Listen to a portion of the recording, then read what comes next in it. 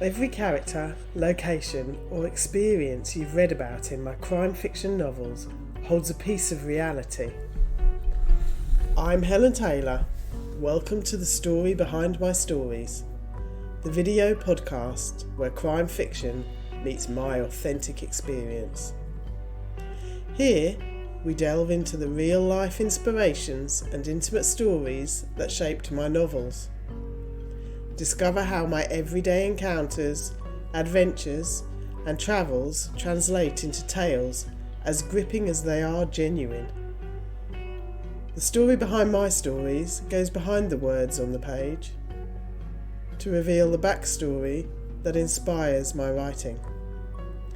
Hit follow or subscribe and ensure you're part of this journey. Hi, welcome to episode 8 of the story behind Connecting Trains. And I think this is going to be the last episode in this season. So I'm just going to reiterate that we started off, the first couple of episodes were my life and my experience along the area of the train track that Connecting Trains is set on. How I ended up in Surrey, having been brought up in Buckinghamshire. How I started in Guildford and moved to Woking, and I'm now in Byfleet.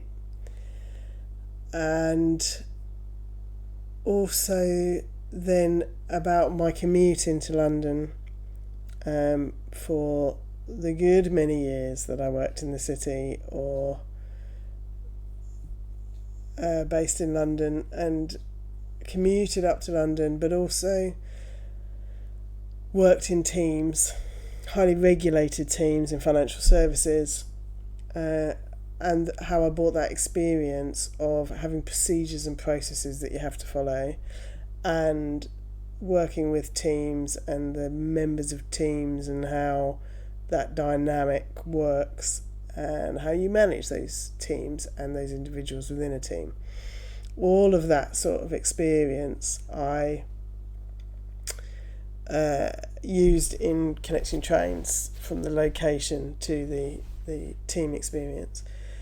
I also, with Connecting Trains, I had a detective inspector from Essex Police Force review Connecting Trains for the police procedural side of it. So that has been agreed and signed off, and very closely, I'm told, follows what happens in real life within that. So all of that experience we went through, and then I started breaking down the team and introducing each member of the team, because in the books based in the UK, whilst they still have location as my authentic experience, and as I've said, the team set up, it is a team and they all do gel together and they do all work together. And one that gives me a little bit of a break from Goodwin, or it gives Goodwin a break from being the only character and detective in the story. It also gives me other characters to play on and use, either in short stories or spin-offs, or to lead the story in. I recently did an author talk at Woking Library, and whilst all of the books I've got planned in the series and are going to continue are based on my experience, I think it's quite unique the differing experiences I've had throughout my life that I can base these on. But also, I'm older than Goodwin, so I've had more time to do these things, and I'm not sure that Goodwin would necessarily have done some of the things that I've done. So whilst I've done them all, So it's possible for one person to have had all these different experiences and been to all these different places. It's not possible for Goodwin. One, he's a man. Two, he married young, had a family young. I didn't have my daughter until I was older. And it'd be quite hard to fit it in as a detective, going off all around the world and taking years off and things like that. So I need other characters to be at the centre of that murder or that crime, to draw then Goodwin in. He is still the star and he is still the one that does it in future books, but like Leith Hill starts with one of the team being there. I also don't see Goodwin as, especially his experience of going to Thailand, I don't see him potentially being a gaucho out in Patagonia or in southern India. So I need a different team member to do that, to initiate the start. So that's why, you know, a lot of the reviews that I am getting on Tie-Dye and Connecting Trains and the subsequent books is they're very character driven detective stories, and that the characters add that emotional depth to the story, which you may not be looking for in a crime fiction book, but adds to the story. If you don't have the emotion, if you don't like the characters, you're not going to get drawn in and want to know what happens next or how things develop. So I do think that they are important, and so I have spent a lot of time developing my characters and seeing where they go. Now, obviously, Goodwin has appeared in all the books, and so you've got snippets of his characters, and I'd go into his character quite a bit in season 1, the story behind Tie-Dye, because that's where it starts. So in Tie-Dye you learn his likes and his dislikes, things like he enjoys Tai Chi, and he drinks lager, red wine and G&T as his favourite drinks. He's quite rigid and methodical, and he did used to have a hobby of mending clocks.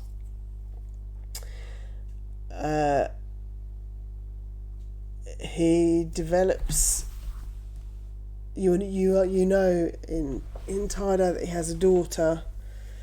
In Connecting Trains, he's obviously recovering from what happened in Thailand, and part of that recovery requires him to see a physiotherapist.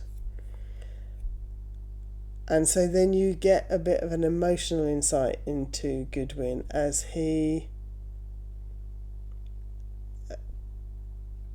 starts and develops a relationship with the physiotherapist. In Tie-Dye, I give a brief description. Now, a lot of people say they're not sure what Goodwin looks like. So I obviously haven't described him physically enough for people to know what he looks like. But on the other hand, I know what he looks like in my head. And if you see on my social media a picture of the guy walking on the beach, he is very much what he looks like in my head. But it's not what people tell me they think he looks like. I mean, I describe him as having deep blue eyes, long dark lashes. He's got broad shoulders, long legs, and he's got grey at the side of his hair. That maybe doesn't... He's got dark hair underneath that.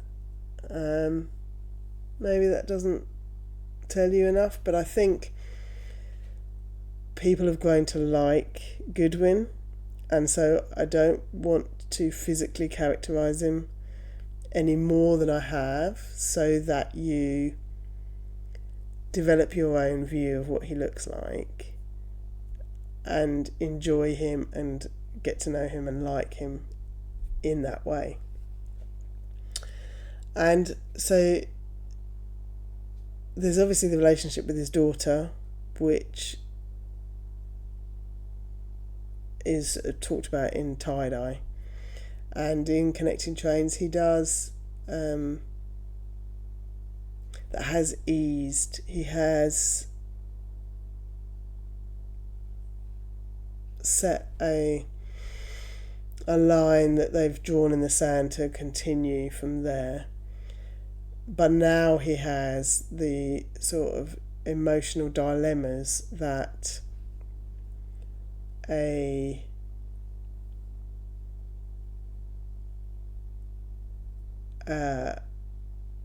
man who has lost his wife or is divorced from his wife, who has children, then wants to start a relationship with somebody new.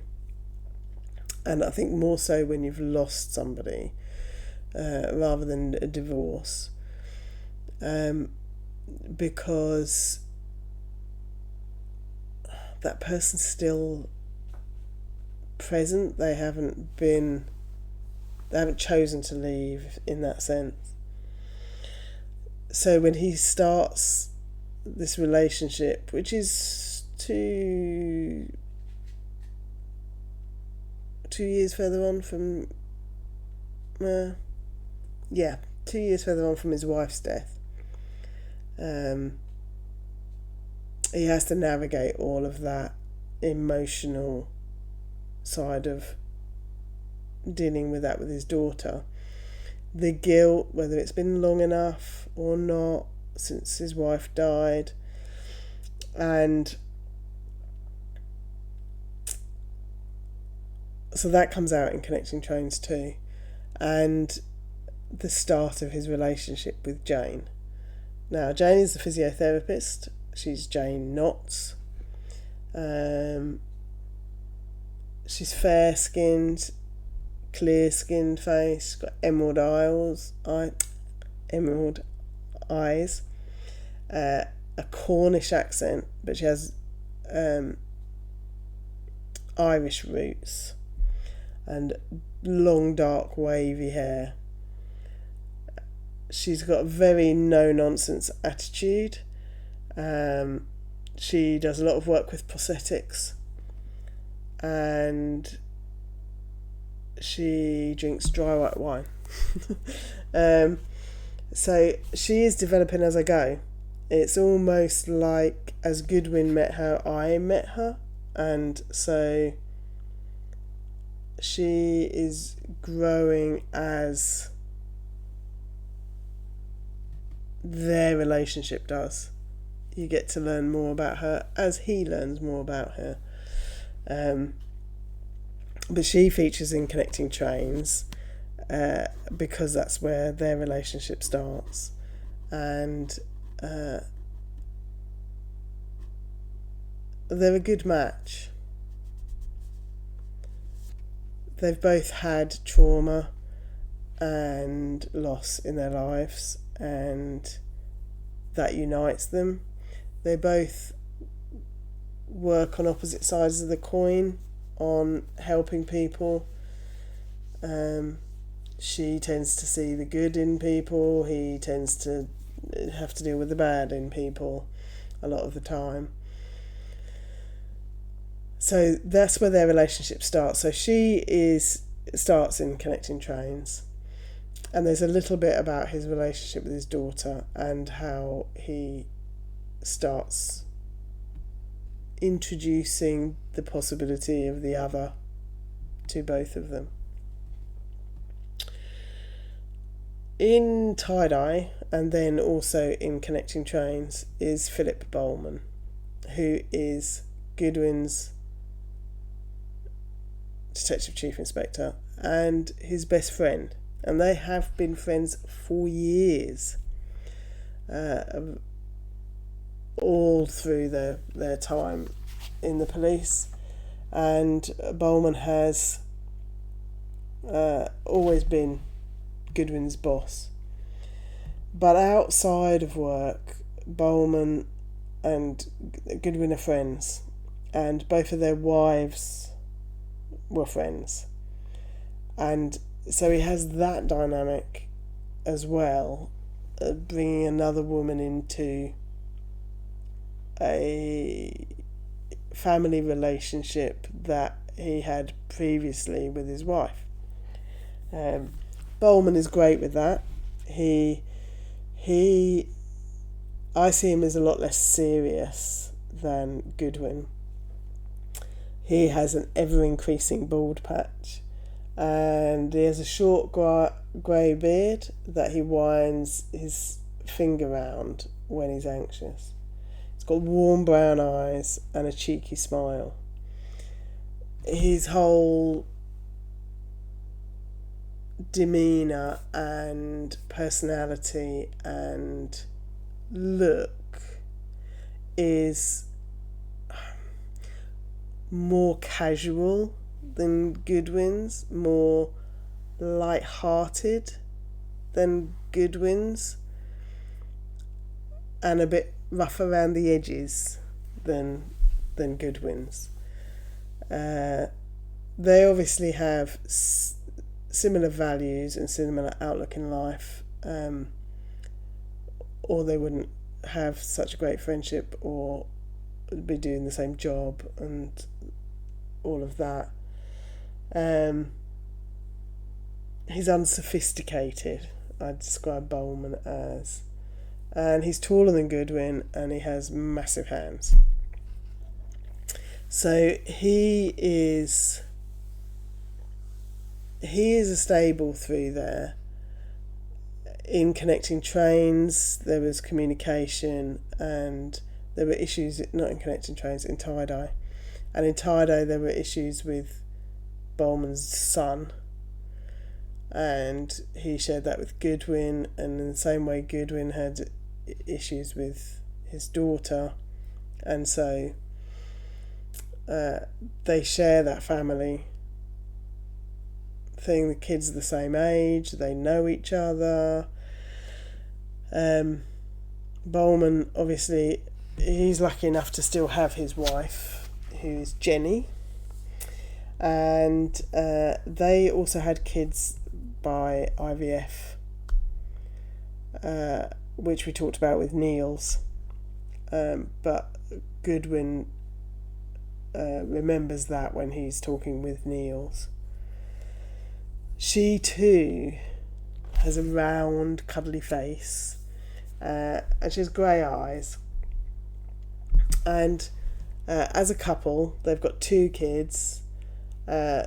Staple in their house, cooking-wise, Goodwin likes to whip up a nice Italian meal, and he'll have a go at cooking all different things. Italian is his favourite. Bowman and Philip and Jenny are, like their personalities, are that little bit rough around the edges and less sophisticated than Goodwin. It's not a massive difference. They're not. He's not a million miles away. He's just, how do I describe it? Goodwin can dress and he looks smart and he's dressed. Bowman can wear the same thing, same quality.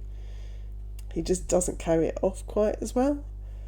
So it's when I say a little rough around the edges, I don't mean that he's not, Goodwin's equal in that sense. He just doesn't have the same charisma or charm, maybe, that Goodwin has to carry off a higher class of meal or dress or location. They're a homely, happy family. I don't know if it's because Goodwin lost his wife and his daughter's gone off travelling, and so they've become a bit disjointed, whereas Jenny and Philip have still got the kids at home. They've got dogs. They live in a house. Goodwin lives in a flat. They're more homely and stay at home, and that's the contrast I'm trying to get across between the two. Bowman has dogs. He has a brother. Got 2 Labradors, and the staple food in their house is steak and mash, whereas in Goodwin's it would be a seafood risotto or a linguine ragu, or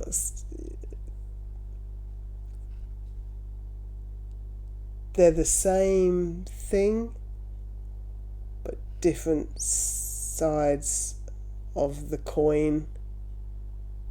Goodwin a little bit more refined, a bit more serious, a bit more charismatic. A Bowman a little rough around the edges, less refined, more homely. They do meet up down the pub, Bowman and Goodwin, and Goodwin does go to Bowman's house for dinner, family events. They both know both the kids, in tie-dye. Alison, Goodwin's daughter, contacts Bowman about issues she has, or worries that she has with her dad. So the two families are very close. As for in the books, Bowman is there as his boss and an occasional channel for you to understand some of the things that Goodwin does, but he doesn't feature it so much. He will in a future book, as he will be my side character that brings Goodwin into it, but for now Bowman is his boss and his best friend, and features occasionally but not too much, although if you listen to last week's episode, he obviously has to reprimand Angela Phillips for her screw up in Connecting Trains. So that's the characters. That is the characters. That is Connecting Trains. And I hope you've enjoyed the taste of the story behind my stories for Connecting Trains. And so I'm going to take a few weeks break now before I start on season 3 and the story behind Aloha Goodbye. So join me for season 3. I hope you've loved season 2. Please do subscribe, follow, comment, and I will see you again very soon. Thank you.